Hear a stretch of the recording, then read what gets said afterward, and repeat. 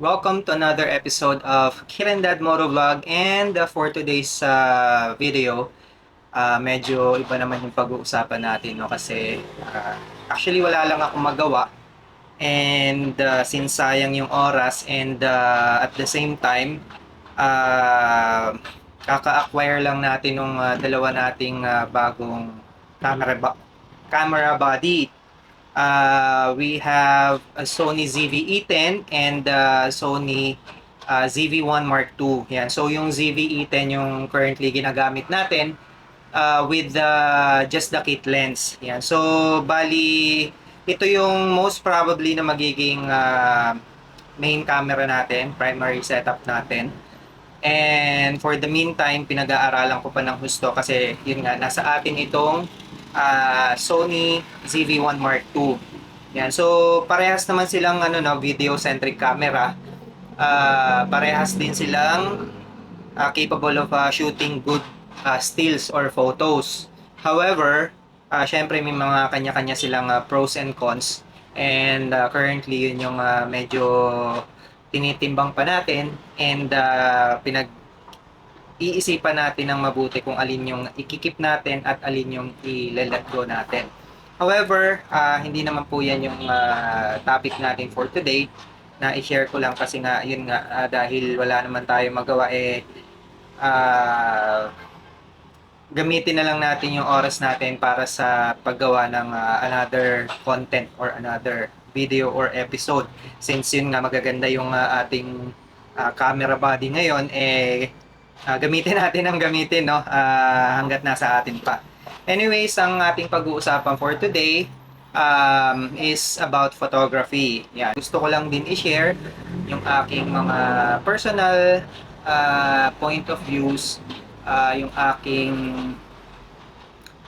passion for photography, and hopefully mag-enjoy kayo and hopefully ma-inspire din kayo at the end of this video if ever na hindi pa kayo interested sa photography or videography. Sana after ng video na ito ay mabigyan ko kayo ng inspiration to grab a camera, kahit yung camera ng cellphone nyo, pwede po yan. Napakaganda na ng mga quality ng mga cellphones sa panahon ngayon and very much capable na ng photography and videography. Yeah. So, ayun, well, photography for some, it's an art para doon sa mga enthusiast. It's a way of parang expressing yung nararamdaman no, ng mga kumukuha. So sabi nga nila, yung photo daw is kind of parang reflection ng soul nung kumukuha, no? So, yung kanilang emotion ay nata-translate dun sa kanilang mga kuha or kanilang mga obra, kanilang work of art during the time na kumukuha sila ng litrato. Doon pa lang sa pag-compose nung mismong frame, nasasali na no yung feelings, yung emotions ng photographer papunta doon sa kanyang litrato or kuha. Sabi nga nila, mararamdaman mo yung feelings nung kumukuha by looking at the picture, the photo or his work. Para sa akin no, I would strongly agree with that kasi from the time na nakahawak ako ng camera ng DSLR, I could still remember ang unang-una kong DSLR mirrorless camera is NEX7. Yan. So share ko lang din yung aking NEX7 ay by accident ko lang nabili. So that time hindi naman talaga ako ganun ka-interesado na mag-invest sa equipment.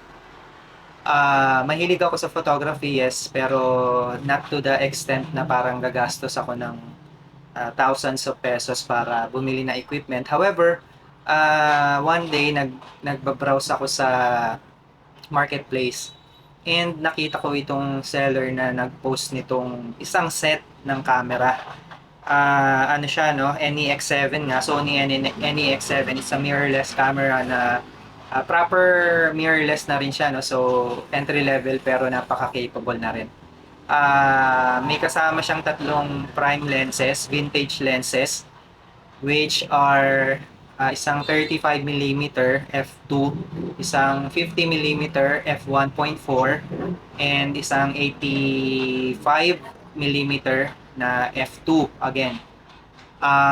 Puro vintage lenses, dalawa sa kanila ay Soviet lenses, and nung ni-research ko siya, yung tatlong lenses ay kinda rare, special, and may presyo. So, binebenta nung seller for a very low price. So, at the beginning pa nga parang medyo nag-ano ako no, medyo nagkakaroon ako ng doubt na baka scammer lang. Pero nung kinausap ko na siya, seems like legit naman. And ang naisip ko na lang is tawag dito. Sorry kasi alam ko mali yung naging ano no, maling pananaw na we tawag dito, we participate or we become accessory to a crime. Kasi ang naisip ko parang ninakaw niya, siguro nanakaw niya yung set na yun kasi for the prices na nakita ko doon sa internet, yung price ng mga vintage lenses, with the body, tapos may low pro pa na bag, parang it's too good to be true na kanya yung mga gamit na yun, gusto lang niyang ibenta, i-dispose. Kasi sobrang mura talaga.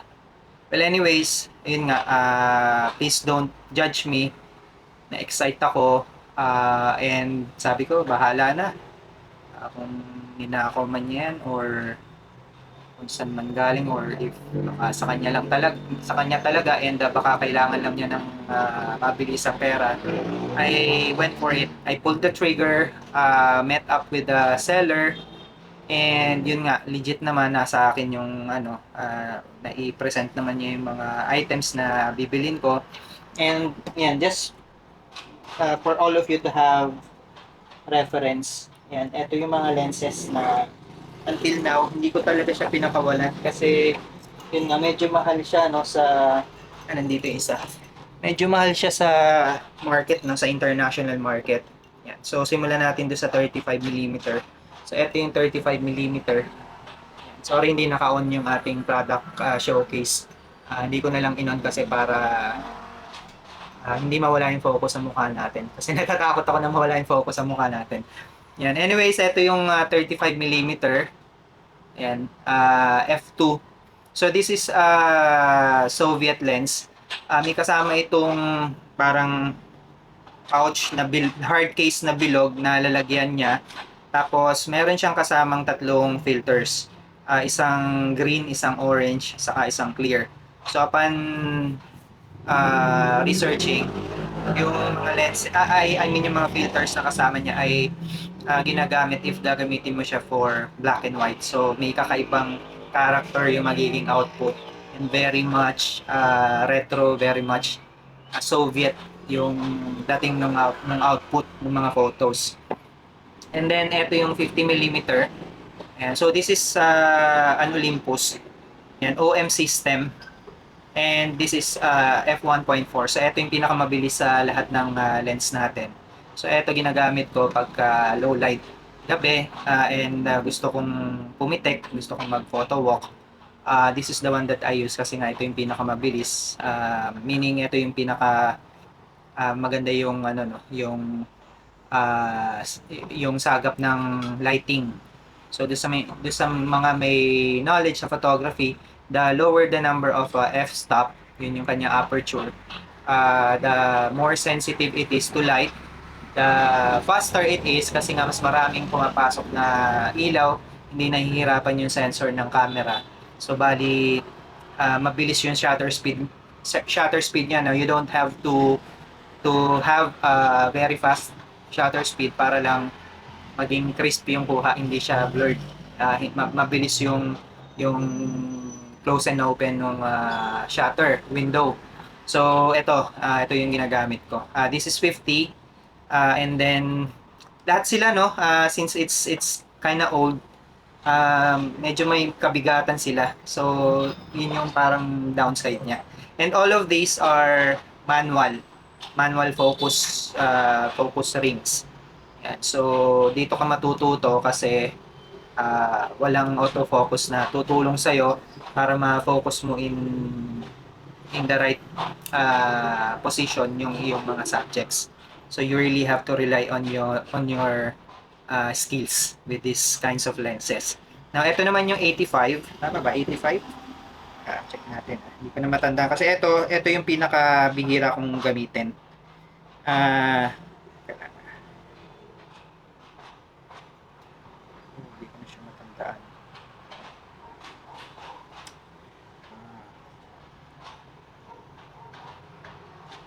Yeah, 85. So, ito yung 85 na Soviet din. Parang ano siya, no, yung Jupiter series. So mga series siya ng mga vintage lenses from the Soviet din, from Russia. And napaka-pricey rin niya. And f2 to. So this one is very good for portrait. So anyways, medyo mahaba yung usapan natin tungkol dito sa mga lenses na ito, no. Balik tayo sa main topic natin, which is yung photography na as a hobby, as a passion for me. So, si photography, napakalaking therapeutic effect na nagagawa niya sa akin. And alam ko may intindihan yan yung mga enthusiast, hobbies na katulad ko. Lalo na doon sa mga may mga mental challenges, no? And for me, well, hindi naman nalingit sa kaalaman ng marami ito. Alam naman ito ng mga may kilala sa akin. And meron po tayong anxiety disorder, panic attacks, panic episodes. And I think pag may ganun kayata, the main root cause is depression. Yan, so nag-start ito noong 2014, nung nag overseas yung aking wife. So parang sobrang nalungkot ko, and one day coming from work, madaling araw, pauwi ako, nagde-drive ako ng sasakyan namin sa may bandang Del Monte Avenue. Dun yung unang panic attack ko. So ang akala ko is parang takihin ako sa puso, magkakaroon ako ng cardiac episode kasi talagang yung palpitation is napakalala, parang lalabas yung puso do sa dibdib, and sobrang kabado. My mind is racing, sobrang ang bilis ang bilis ng processing nung utak. So kung ano na yung pumapasok sa kanya, and nangingibabaw yung parang thought of an impending doom. So yan yung classic symptom ng panic attack. So parang you think na may mangyayari masama sa'yo, parang mamamatay ka na. So napaka no.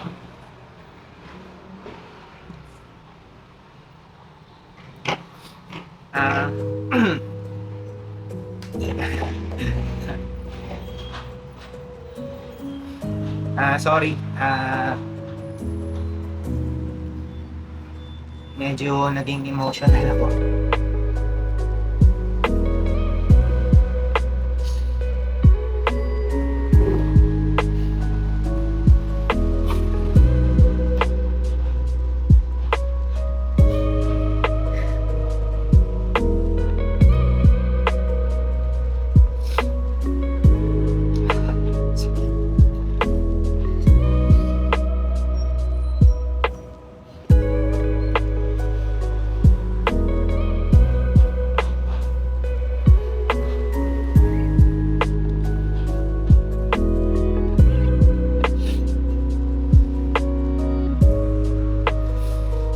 Sorry, compose ko lang yung sarili ko.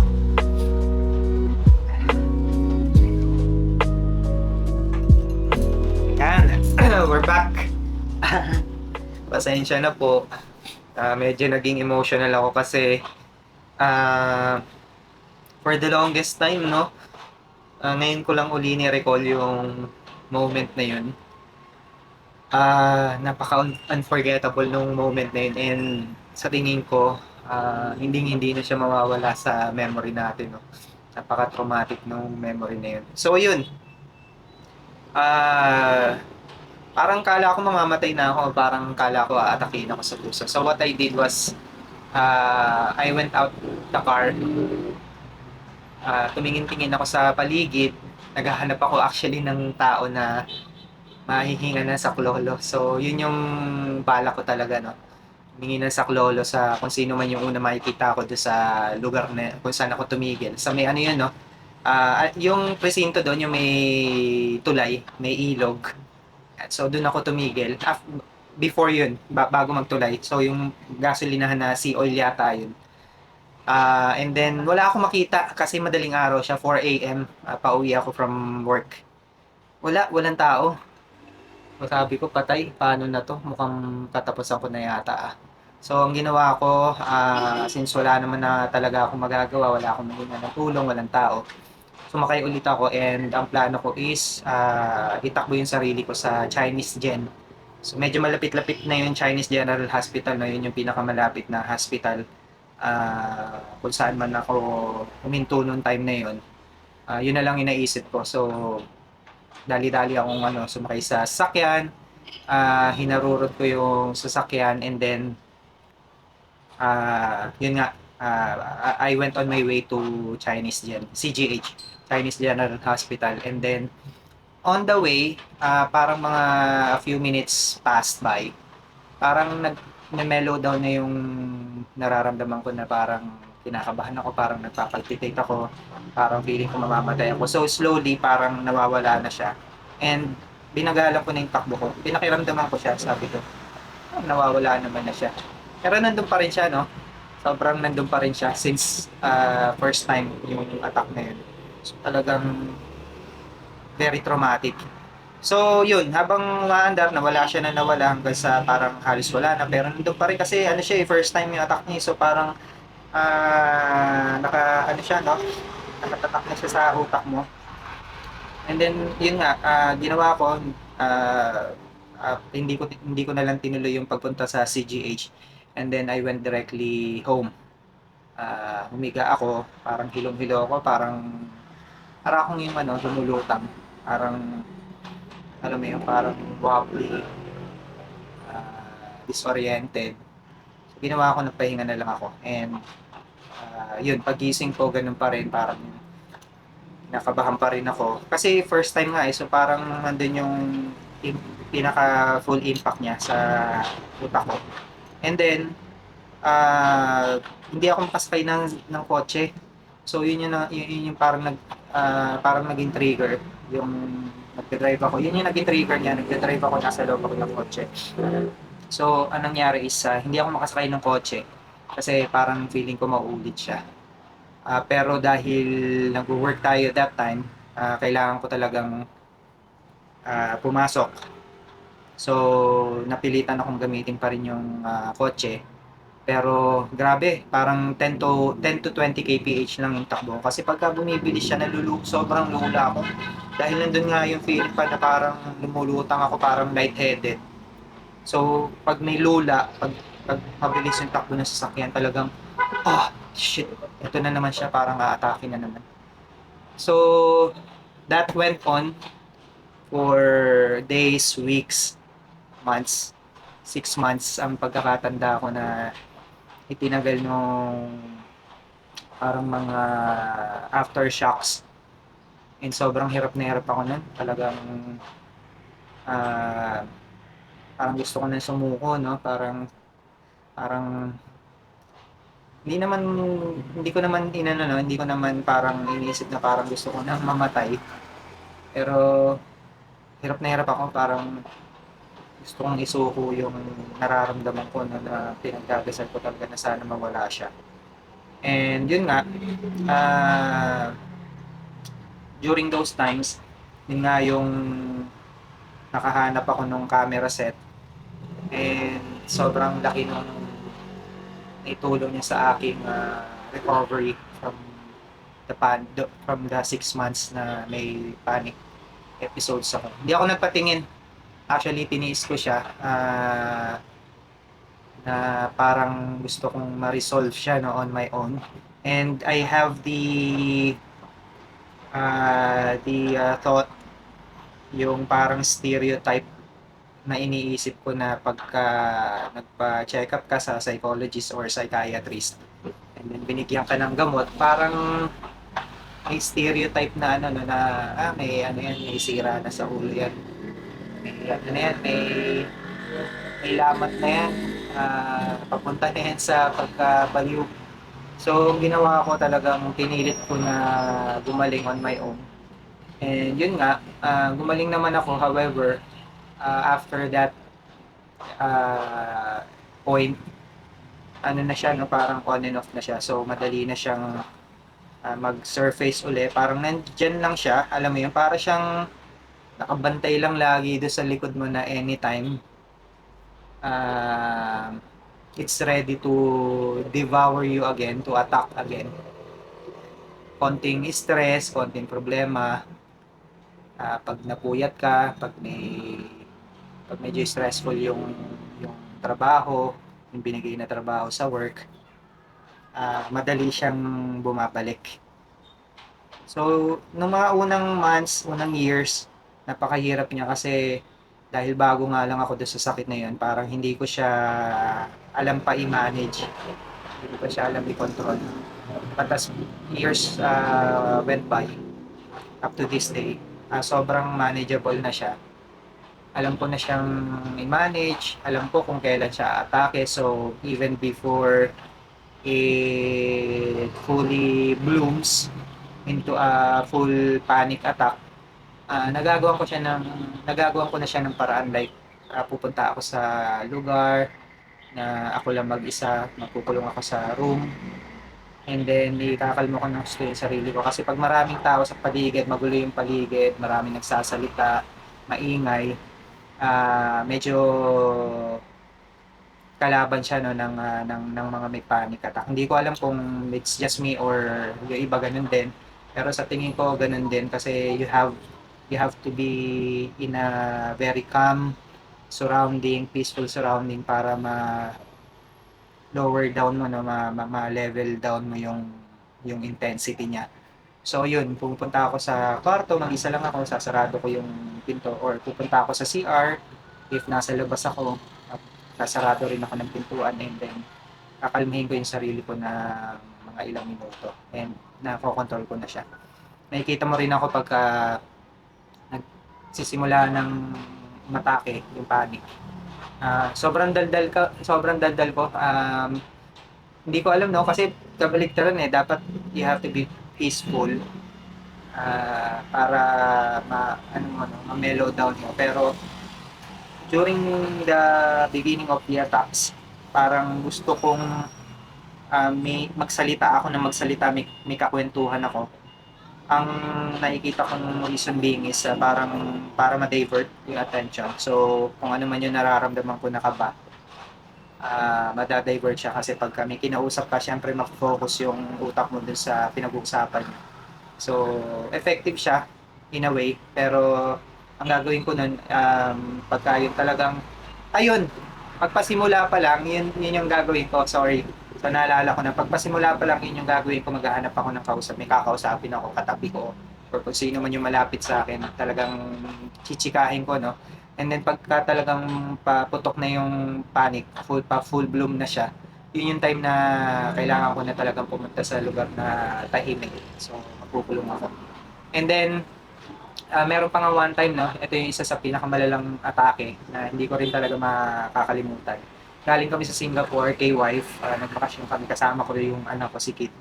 And then, on our way back sa aeroplano, kasi bago kami sumakay ng aeroplano, nag-coffee kami, tapos nag-soft drinks pa ako, Coke. So, doble-doble yung volume ng kape, no? And then, pagsakay namin ng aeroplano, sakto-sakto, pa-take off yung aeroplano, dun siya nag full bloom, as in nag full bloom. Hindi lang siya yung parang paramdam na eto na naman ako. Yan, hindi siya gano'n. Talagang tak. Oh shit. Sabi ko, bakit sa dinami-dami ng oras ba't ngayon? Kasi pa-take off, 'di ba? So lahat naka-buckle up. Hindi ka pwedeng tumayo sa seat mo. And yung take off will take roughly mga 5 minutes, no, bago mag-level sa cruising altitude kung saan pwede ka na magtanggal ng seatbelt at pwede ka nang tumayo. So, kaka-take off, nakaka-take off, talagang dun siya full bloom. So, I have to stay seated for roughly mga 5 minutes na may na naka fully activate yung aking panic attack. And grabe, yun yung pinakamahirap kasi I can't do anything eh. Hindi hindi ako makakapunta doon sa lavatory kung saan pwede akong magkulong ulit and walang nakakakita sa akin. Kasi isa yan sa mga fear ng nagkakaroon ng panic attacks. Ayaw na ayaw naming nakikita na inaatake kami. Syempre it will cause commotion, and pag nagkaroon ng commotion, iingay, may mga tao na even ah, mga tao na parang sisigaw talaga. Lalo na kung kamag-anak mo, no? And then alam mo yung condition mo, may tendency na ay, ano ka naman, kumalma ka lang. Which will really not help to the situation, but it's even gonna aggravate the situation. So yun yung fear ko, isa sa mga biggest fear ko. So ayaw na ayaw ko may makakahalata na pinapanik attack ako. And yun yung biggest fear ko nung time na yun. Ayaw ko na may makakita sa akin. But sobrang hindi ko kontrolado yung situation kasi nga hindi ako pwedeng pumunta sa laboratory. So tendencies pwedeng makita ng mga kasama ko or even ni kid na inaatake ako. And pag nangyari, lalong tataas yung intensity ng aking panic attack. So yun, isa yun sa pinaka-traumatic experience ko nung dating sa aking panic attack. Hindi ko nga nabu pero hopefully hindi masyadong rinig dun sa mic natin. So currently ang gamit nating mic pala is yung ating video mic Go from Rode. So it's a shotgun mic. And isa ito sa paborito ko kasi napaka-rich ng tunog, napakalinis. Yun nga, sobrang rich niya, parang ang buong buo, no, parang bassy as compared to sa ating ibang mga mic, like especially yung onboard mic nitong ZV-E10 na although maganda pero medyo manipis yung dating. Even yung ating DJI Mic Mini hindi hindi tatapat sa quality nitong video mic Go natin. Medyo malaki lang siya kaya pag sa labas bihira ko siyang ginagamit. So ayun. Um, yung photography nung nakuha natin yung ating NEX7 kasama ng 3 lenses, sobrang laki ng nagawang tulong sa paglaban ko, pagpapagaling ko from the panic disorder, panic episode. Well, actually hindi naman siya gumaling, hindi naman siya gagaling na. I think it's a lifetime ailment issue with the brain. So ang magagawa mo na lang is yun nga kamukha ko, since sobrang tagal na natin meron ito, is you will learn how to cope, learn how to deal with it, learn how to manage it, and learn how to befriend it. Yan.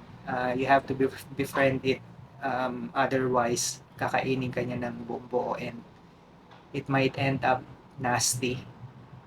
You may end up uh, in a very bad situation, like mga talagang nagkakaroon na ng mental breakdown, which hindi pa naman tayo dumating. I think mental breakdown na rin yata makako-consider yung full bloom na panic attack, no? Not sure pero I think yeah. So if hindi mo siya matututunang kaibiganin, you might end up in a straight jacket. Kung medyo mahina yung loob mo, you might end up in a straight jacket or worse, in a body bag. So hindi siya birong sakit, hindi maiintindihan, no? Hindi ma-justify ng kwento-kwento lang, even from us na personally nakaka-experience niyan. Hindi ma-justify. Even my wife nga nagtatampo ako sa kanya kasi there are times na pagka inaatake ako. And minsan nag-away kami kasi ah,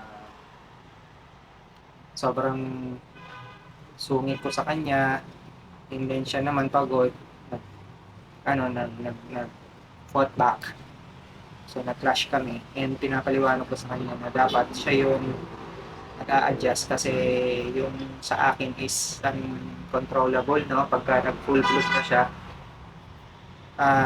and yung kanya is pagod, stress, which is somehow a little bit more manageable than panic attacks. So yun yung pinapoint out ko sa kanya pa, but seems like parang hindi niya masyadong magets. And dun ako masyado nagtatampo kasi nga sabi ko, of all the people, bakit parang ikaw yung hindi makaintindi sa akin, the fact na you are a nurse. So pinag-aralan niya yan, you are in a medical field, and I'm sure na narinig mo na yung tungkol dyan sa panic attacks, panic disorder. And dapat alam mo kung alam mo, no, how we feel during the attacks, how to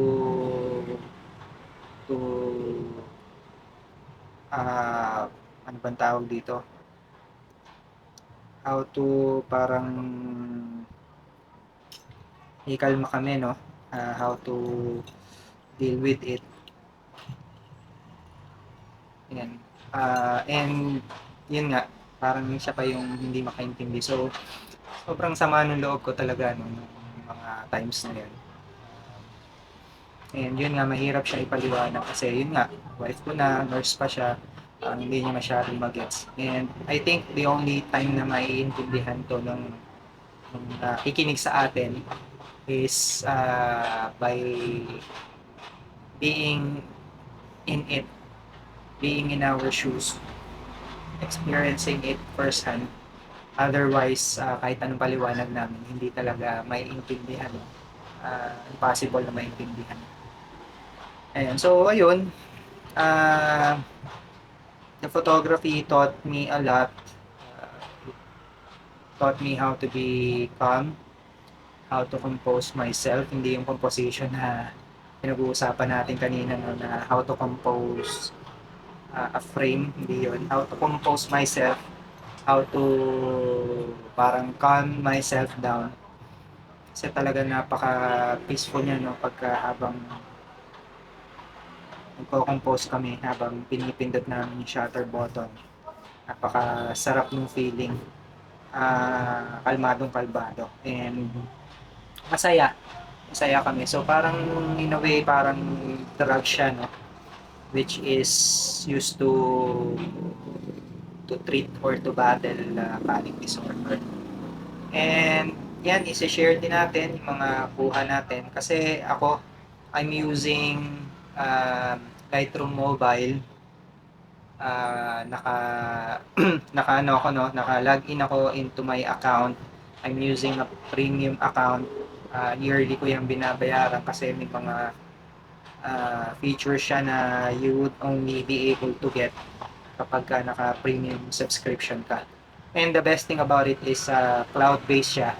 So even yung mga sobrang luma kong kuha, i-share natin, ay mababalikan mo, no. So basta inedit mo sa Lightroom Mobile and naka-login ka sa iyong account, even without premium subscription, masasave siya sa Lightroom Mobile Cloud, and pwede mo siyang i-access through any devices. So multi-device siya, hindi lang dun sa isang cellphone. Pwede kang mag-login mag-install sa ano mo, sa notebook mo, sa iPad mo, sa ibang mobile phone. I-login mo lahat doon, and lahat yun makaka-access do sa mga nakasave mo sa cloud na inedit mo before. So, isa-isa natin ipapakita yan. Lagyan natin ng year, no? Kung anong mga year yan. And hopefully matanda natin kung ano yung gamit natin na camera na pinampuha do sa mga photos na yun. Para at least may idea rin kayo dun sa mga, ma-compare nyo rin yung mga, yung quality ng mga kuha ng different camera. So, from the beginning naman, Sony na tayo, no? Sony fanboy na tayo. Yun, NEX7, A6000, A6400, A72, A... Ano pa bang A series ang try natin? Alam ko naka-try din ako na A63, no? If I'm not, hindi. Yan, ZV-E10, ZV-1 Mark II, may Sony rin tayo na Digicam, yung waterproof natin na Digicam. So, tingnan, may mga buha rin ako na nakasave din sa Lightroom Mobile. So, share natin. And, yun. Um, Napakasarap ng feeling kapag binabalikan ko yung mga photo na yun. It also brings back memories during those times, and sobrang soothing sa pakiramdam, and sobrang saya nang nakikita mo yung mga previous works of arts mo, no? So ayun, photography for me, I think will be staying with me forever. I'm gonna be doing photography forever. Ilang beses na nating trinay i-ditch yung photography, and sobrang hindi kaya nung loob ko. I still I still buy cameras after selling my camera and return to taking pictures. Seems like hindi ko talaga siya kayang bitawan, and that's a good thing dahil it's helping me with my mental issues. So very thankful ako sa photography, and sobrang I'm still looking forward more photography sessions, more PTCAN sessions. And ayun nga, kagaya nito, dalawa yung ating unit ngayon. Kakabenta ko lang ng A6000, which is still centric, a photocentric camera. Binenta natin kasi hindi ko magamit sa video, kagaya nitong ZV-E10 na nagagamit natin for video. Puro stills lang siya, no? And lately parang sobrang interested ko gumawa ng mga videos, na magagandang videos. So that's the reason why binenta natin yung A6000 and bumili tayo ng ZV-E10. Now, habang nasa atin yung ZV-E10, parang wala pang 1 week sa atin yung ZV-E10, nadaanan ko itong ZV-1 Mark II sa marketplace with a very tempting price tag.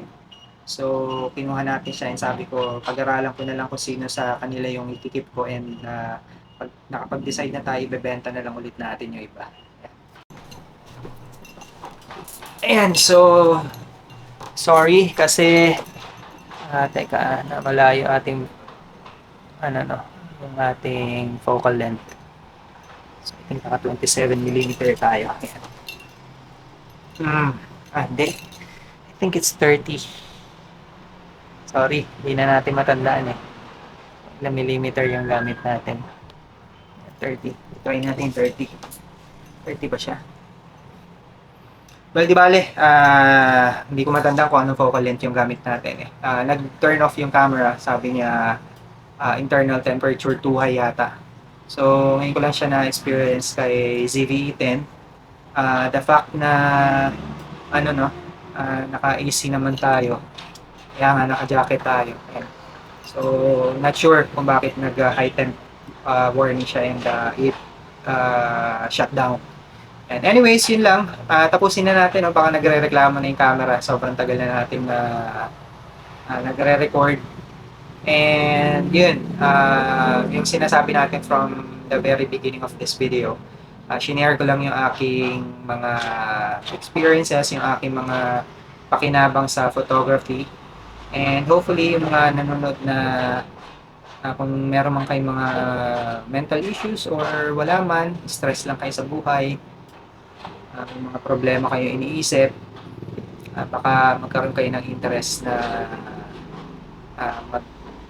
mag-open ng camera kahit sa cellphone nyo muna, try mo. And take some photos, baka magustuhan niyo. And baka kagaya kung magkaroon din kayo ng sobrang pakinabang sa photography. Baka makatulong sa pagiging relax nyo, makadagdag sa kasiyahan nyo. So, go ahead and try it. If magustuhan nyo sa cellphone, try nyo kumuha kahit na yung mga entry level lang muna ng mga mirrorless, ang dami dyan, sobra, or even a digicam will do. So try nyo muna sa digicam. There are digicams as cheap as 1,000 pesos, may mga mas mababa pa nga, no? And baka magustuhan nyo, and then later on mag-upgrade na lang kayo sa mga higher models like mga mirrorless, APS-C, even yung mga 1-inch sensor. Itong ZV-1 Mark II, 1-inch type sensor lang ito, pero it's really it's really amazing. Na amaze ako sa mga kuha niya, ng stills, even ang stills niya, lalo na ng video niya. So bago natin may bent,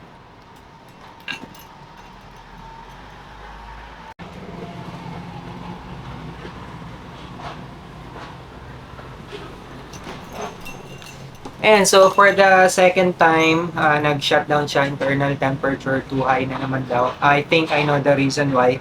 Merong setting to si ZV-E10 kung saan parang pwede mo iset yung temperature, niya, no? Yung resistance niya too high. So alam ko hindi ko siya na-set.